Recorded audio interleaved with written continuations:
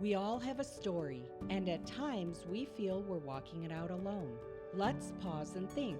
Join us for honest conversations about adoption and parenting as we lament, encourage, give hope, and explore our true identity and worth in Christ.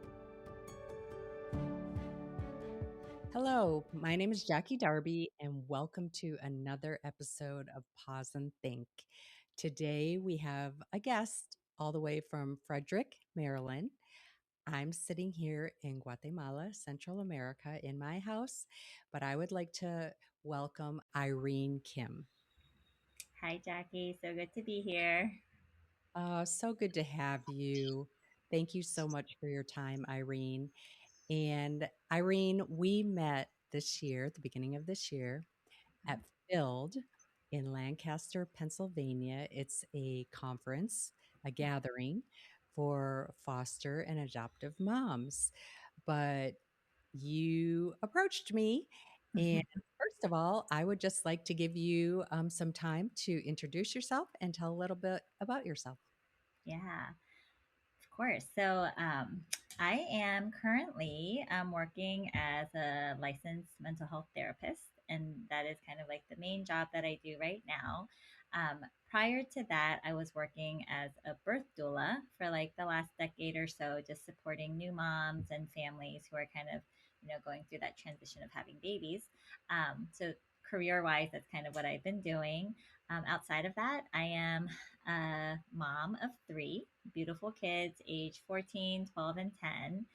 And we spend a lot of our life kind of serving the community through foster care and being in that like adoption world, which is, how we met. So yeah, that's kind of a little bit about me. Well, this is episode 2. You were on the first episode. And if our viewers have not listened or seen that episode, I really want to encourage them to go back and listen to the very first episode with Aisha. And you talked a lot about postpartum and the whole professional um, side of birthing and postpartum and all that. So I just want to encourage everybody to go back and listen to that.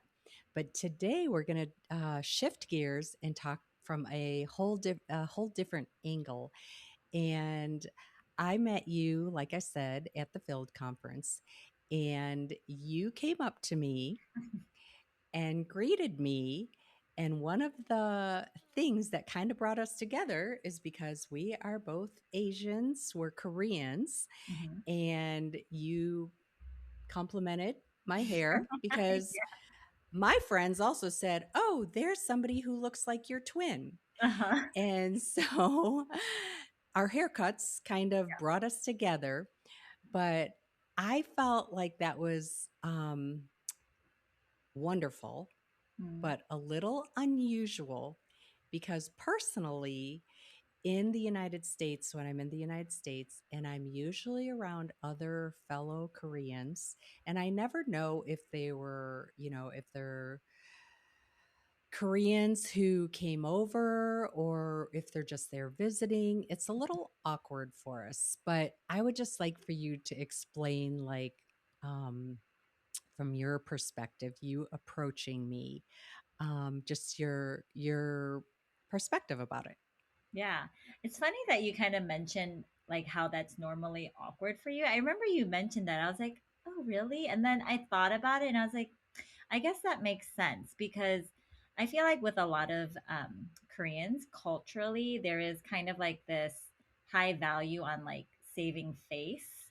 And so often we see people kind of take this like wait and see approach to social interactions to kind of avoid being intrusive or maybe like losing dignity in any way.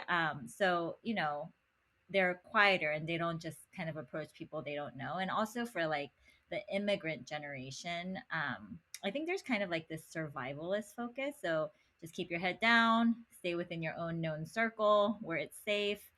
And so there's like this unspoken rule about just kind of like staying within like known boundaries. And so you often wait for like a formal introduction before you just spark conversation with somebody.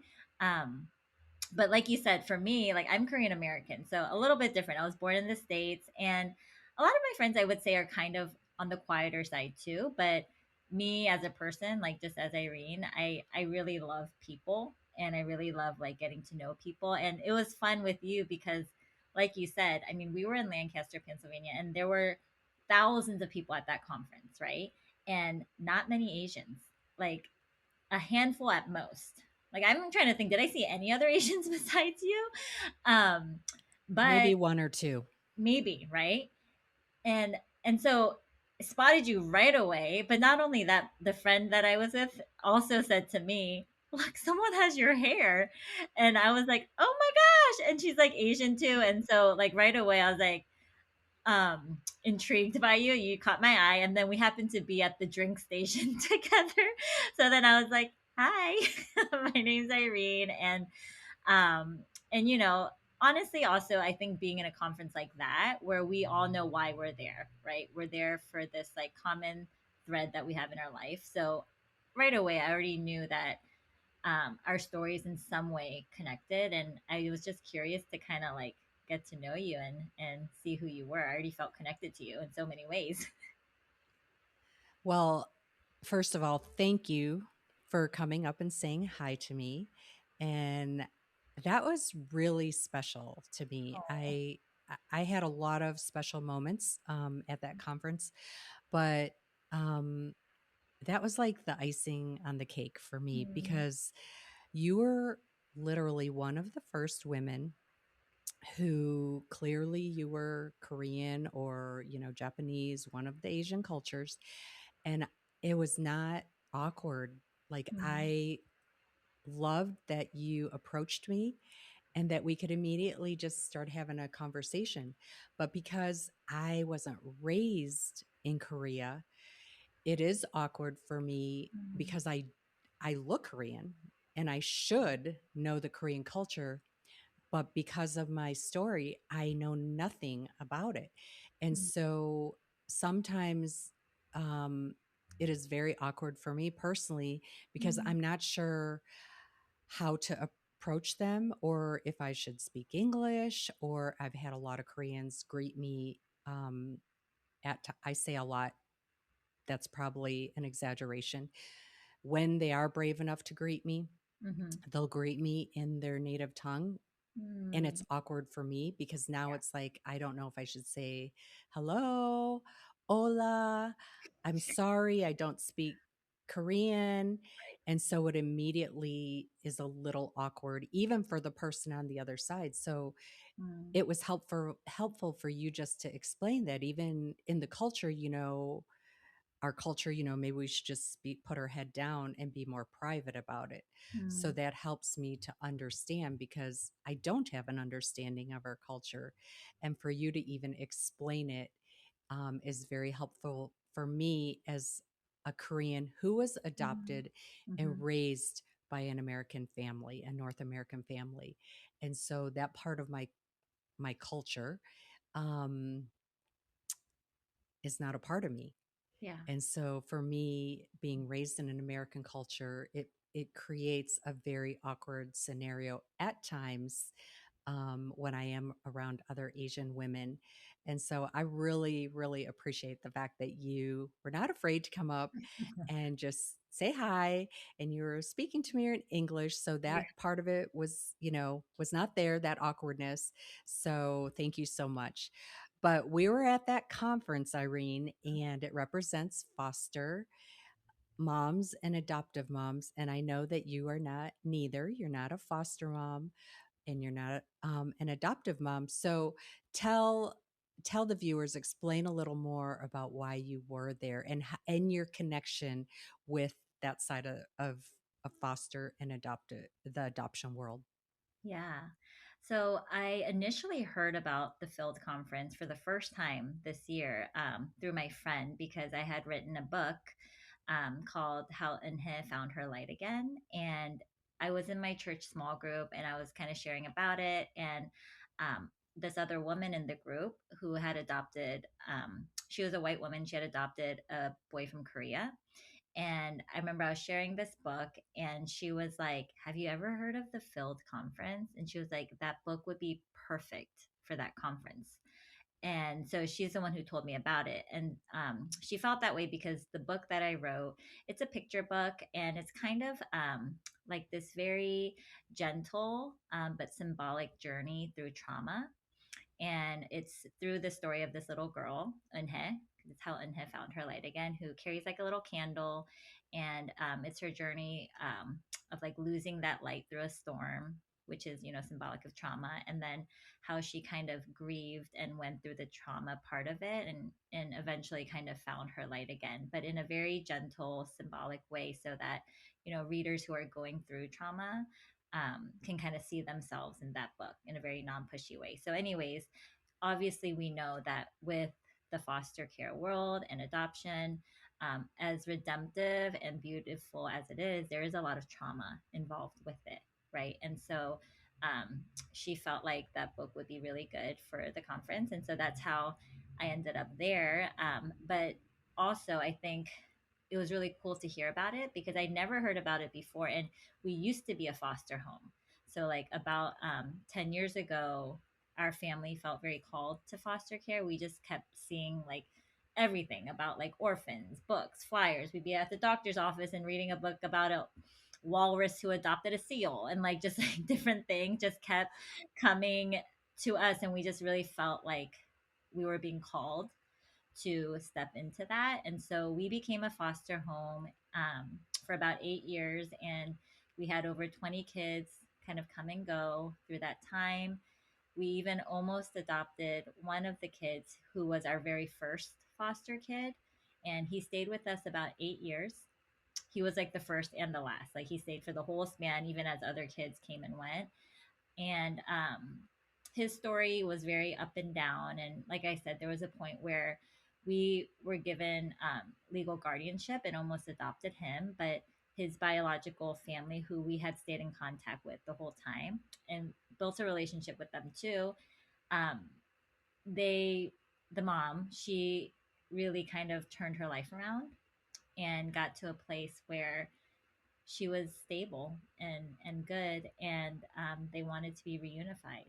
And so Mm. that reunification happened towards the end of our fostering period, and we got to go back home. And yeah, and it was a hard, beautiful thing. Mm. And we're still in touch with them, but that's kind of how our family had already been connected to the foster world. And so it was really special to bring my book there and be amongst all these women who are in this world. Um, and it was just really cool because where I was, I didn't know a lot of people who did foster care adoption. Like even at the church we were at, we were the only ones. And we were trying to have other people do it, but it's a big ask, and not a lot of people where I knew um, were able to kind of step into that. So to be actually just with so many people where everyone is kind of connected to it somehow was so special. Like not even special. Like I felt my soul like shaking being in that room, knowing that every single woman there, we shared this like beautiful burden in our hearts, with this world that we're in. So it was really cool being there.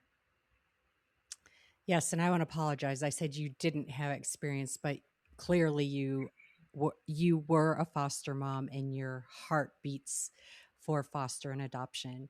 And so I know you also have adoption in your family. Do you want to tell a little bit about that too? Yeah. So yeah, in a few different ways. So I'll start with my grandma, who she lives in America now. She's been here since I was a little girl. But when she was living in Korea, she actually ran an orphanage, and she had like over 100 kids, and that was like her life. Like that was her life, and she loved it. And even now, you meet her, and everyone feels like she's their grandma. She just loves everyone. So she had that in her life, and I feel like it was kind of in my blood in that way. And then my brother, who lives just down the street from me, he actually a few years ago adopted from Korea as well, and he adopted a little girl, beautiful little girl from Korea, and she's here now. And so, yeah, just kind of in different ways, it's been in our family. I love hearing how you are so connected, and that's why we immediately connected. Hmm. We have a kindred spirit, and I can relate, being in that room full of foster adoptive moms, adoptees, adult Yeah. adoptees, birth moms, people who represent every spectrum of the adoption foster world. It was beautiful, and just appreciate Jamie Finn and FIILD, and Mm-hmm. just creating that safe space, that retreat for us to be able to come and unite and share that, like you said, burden, heartbeat, love, passion for the whole world. And uh, that's just a beautiful picture of being the hands and feet of Jesus, and completing the verse in James 127 of pure religion. And so this leads me to another question. When we shared our books, which I hope you all look up Irene's book, um, I I seen I've we gifted each other with each other's book.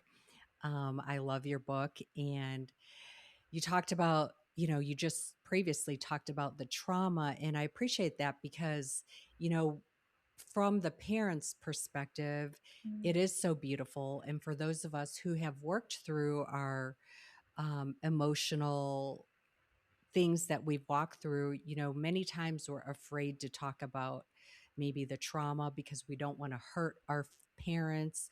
We don't want to come across like we're ungrateful or we're somehow giving a negative light.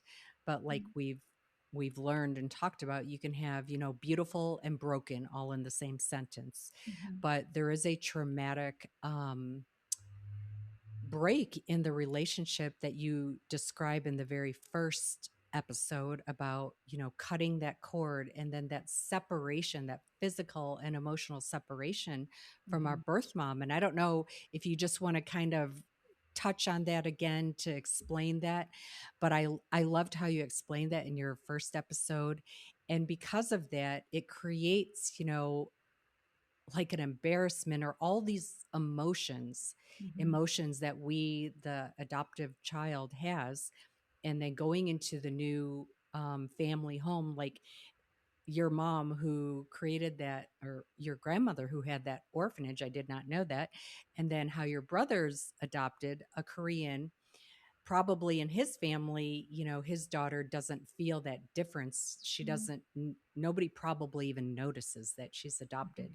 But in my case, everybody noticed because I was raised in a very North American family. But I don't know. Do you want to touch on a little bit, recap what you talked about, that break when they cut the umbilical cord? Yeah. So like as a doula, I see everything through birth, and but somehow it all connects. But yeah, like when a baby is born, like literally just seconds, minutes after birth, they are still connected to the mom, right? Through the umbilical cord. They share the blood supply, they share their breath, like everything is really connected. And then obviously you cut the cord, right? But after the cord is cut, or actually even before, they put the baby right onto mom's chest. And we say like at least 1 hour uninterrupted skin to skin. Like let them be together. Like they need to be together. The mom's body, even actually at that point, helps regulate the baby's body temperature, like from the outside, just by being skin to skin, and all of that. And so important to keep them together. And they kind of operate like a unit, like one single unit. There's a term for it, mama toto in Swahili, which literally means mama baby, and it's used as a term to show that they are one almost still and interdependent on each other. And so, imagine that bond being short circuited, right, or cut too early before this phase is over, right?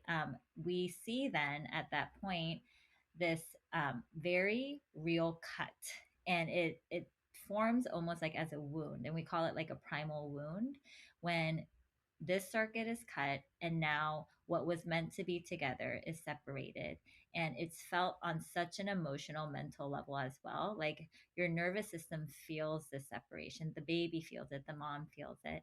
And so when we see babies who are given up for adoption, like especially early on or at any point, right? They carry around this primal wound that has to almost be rewired in order for them to learn how to um, attach again, to trust again, and build healthy relationships as they grow older. But that wound really can come back and impact the relationships that you have moving forward. Um, so yeah. Wow, thanks for taking time to explain that, because even I'm thinking in my own situation, Mm, you know, there has to be, I'm sure, situations, and I don't remember. I don't know what happened, but I'm right. just thinking back to my personal situation. If my mother wanted to give me up for adoption in some way, just emotionally, there's already that detachment. And then the physical detachment, probably I would be safe to say I didn't have that hour with Mhm. my mom, Mm, whether she didn't want it or whatever the situation was. mhm, But that really makes sense to me mhm. about why I did struggle, whether I was able to actually talk about it or name it or understand it as I was growing up, even up until my 30s. It just really makes sense to me why I struggled emotionally in certain areas of my life, Right. of rejection, abandonment, um, the whole attachment, not Yeah. feeling like I belong in certain Right. circles, um, able to have healthy relationships.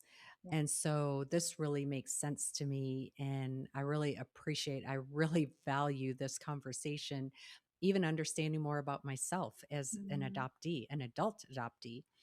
And I'm sure those who are listening to us, maybe it'll help make more sense whether you're a parent or you're an adoptive child, an adult, just having a better understanding and of knowing about this kind of thing.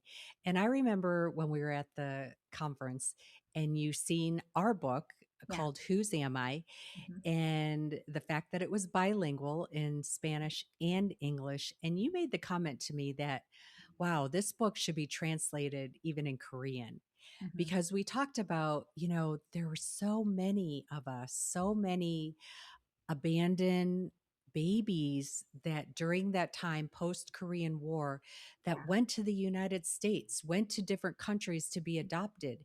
Mhm. And whether it's for the child to understand their identity, because all this goes back to our identity crisis. Like, whose Right. are we? Where do we belong? Yeah. Whether it's for us as adult adoptees or for parents who gave up their children, to also understand that, God has a greater plan for our lives. Can you maybe express more about why maybe you said that Yeah. statement? Yeah. I think right when I, heard about your book, heard you talk about the story behind it and all of it, and I thought about that. I was like, surely it's in Korean too. She's Korean, right?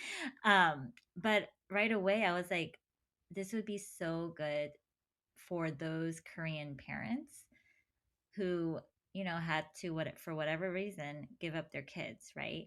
um, because the book, it captures the complexities and the struggles of children who have been adopted, and their struggle perhaps like with identity, and like the book says, it's like grappling with this question of whose am I, right? Which I'm sure comes up over and over again. And I heard your story, and I know that in Korea, there is like this long-standing history, right, of the overseas adoption thing. And I will say that in Korean culture, there's often like this immense weight of unresolved grief and shame, Mm. perhaps surrounding that decision to give up a child, right? And oftentimes I imagine birth parents are frequently told, like, forget about it and move on, right? Just work, focus on your life, just move on. um, as if the child and that part of their own life almost like never existed. But especially as a therapist, I know that the heart doesn't work that way. You can't truly ever forget something that was a piece of you, right? And you only learn to bury it. And that buried grief eventually becomes a very heavy burden that you just continue to carry in your life. And I believe the birth parents need this message, right? And it's hard to face, right? To face thinking about children who are now struggling because of a decision that you made, right? Or a situation. And it's hard to face that. But when you bridge that, right, and you see the child struggle and heal, like as you're reading a book like this, right? And a birth parent can begin to understand and face not only the struggle, but the worth and true identity of a child that they let go. It almost allows them, I think, to reconnect with a part of their life that they've wanted to just put away.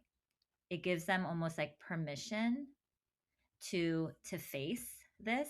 And I think from a very clinical perspective, it breaks the silence. And you see the struggle on the page, and it acts as a mirror. And so they can begin to face it and transform perhaps that shame into something like empathy, right? Mm. And in a way, reconnect with your child, even if you don't meet face to face, but you get to reconnect with that part of you, grieve it like it's meant to be grieved, and begin to heal from it. It's hard facing those painful parts, right? And I will say, um, when you begin to face it, you begin to understand you are not the sum of one decision that you made, or one situation that occurred in your life, right? And there is healing, and there is no shame in it. Exactly. And I so appreciate everything you just said because you are a fellow Korean Mm-hmm. and you know we both being Korean, we're talking about our culture, our heritage. It's not like we're talking about some other culture or some other person, but this is this is us, near and dear to our hearts, Yeah. people who where we came from. And so, but yet we have such a heart for foster adoption, and we understand it from different sides of the coin. And so we're talking from our heart, but you are talking from a professional standpoint as a therapist. And so you were able to express like about the parent and me from the child's perspective. Only the Lord could coordinate this, but if there was a Korean listening a Korean mom, Mm-hmm. biological mom who gave up her baby, Mm-hmm. um, could be my mom. Who knows? Somebody's told me that one at one time, oh my goodness, what if your mom was listening to you and she was still carrying that burden, like you said. I would just want to encourage these moms and Mm-hmm. dads that number one, God is sovereign. He has the final word. His hand has been on my life from before he formed me in my mother's womb. Yeah. He knew me. He had a plan for me. I wasn't just plan B or C.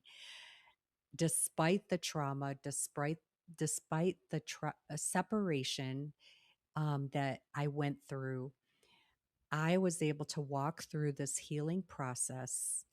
Um, it's been a long process. There's been many facets of my story, but whether it was forgiveness, whether it's understanding who I am in Christ, the Lord has truly brought healing to my life, and that there is no condemnation, Mm-hmm. that God wants to bring healing in the parent's life the same way He has brought healing to my life as a child.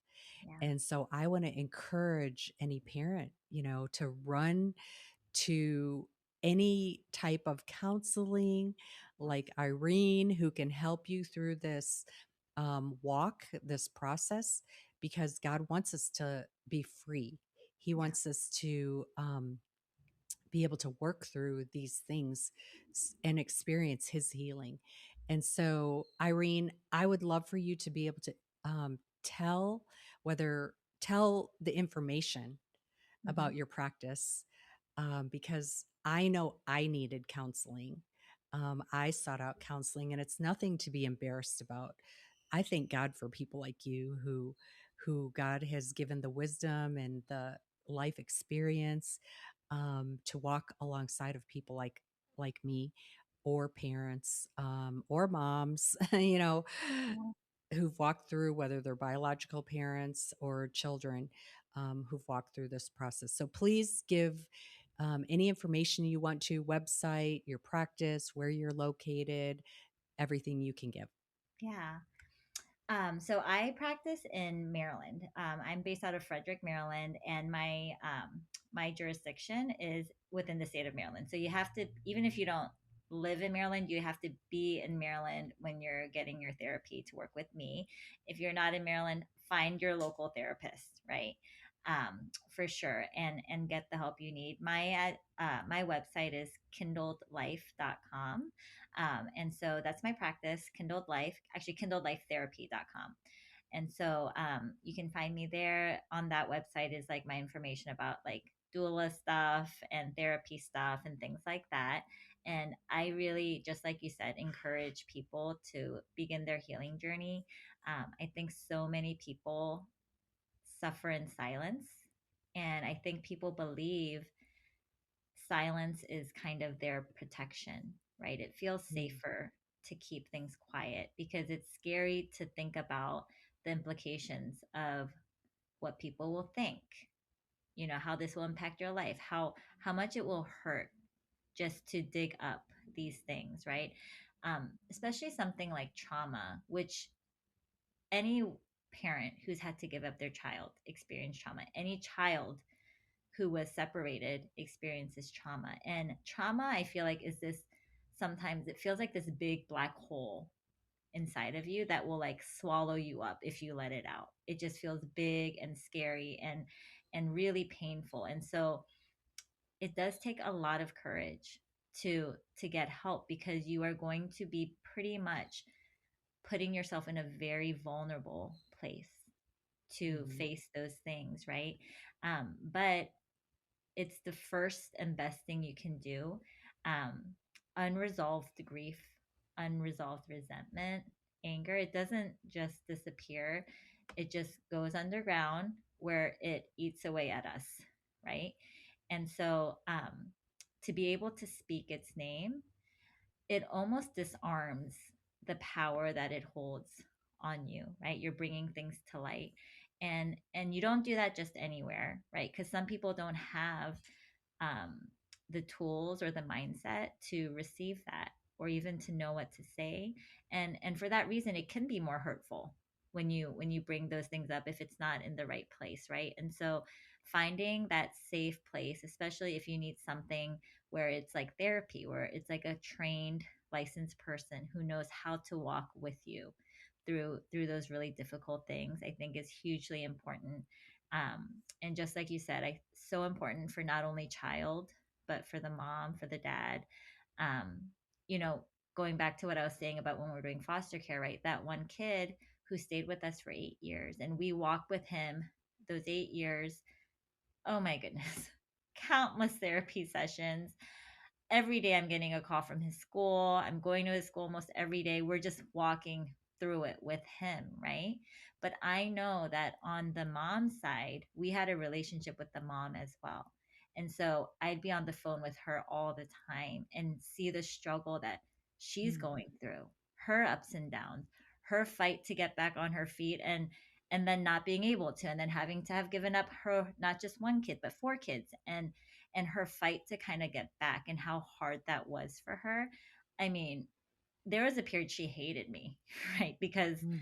it was threatening. Like, it's another mom, and this mom who looks better than me, like a better mom than me, and all those things with her baby, right? And thankfully, we got to a place where she knew that we weren't just trying to take him from her. We were trying to protect their bond, like their family unit. And yes, if needed, we would have adopted him. But before that, we really felt it in our hearts that if at all possible, they should be back together, if at all possible. And so it was really cool to be able to see that side of it too, like the parent side of it, and to see her get back on her feet and see her heal through everything she went through on her end, and then to see them back together. Um, it was really really beautiful. Wow. Thank you, Irene. I hear so much wisdom, so much life experience Mm, in this whole world of foster and adoption. Thank you so much for the part that you have played, that how God's used your life to minister to so many foster kids, mm. um, us as adoptees and parents. And so I am so thankful for your time today. And I know that we're going to want to have you back because you're a fountain of just wisdom and experience and professional advice that you can give us. And it was just such a pleasure to have you. So, thank you to all of our viewers for just taking time with us to pause and think today. And we hope to have you back again. Thank you so much, Jackie. Thanks for joining us for this episode of Pause and Think. For more resources and information, go to whosami.org.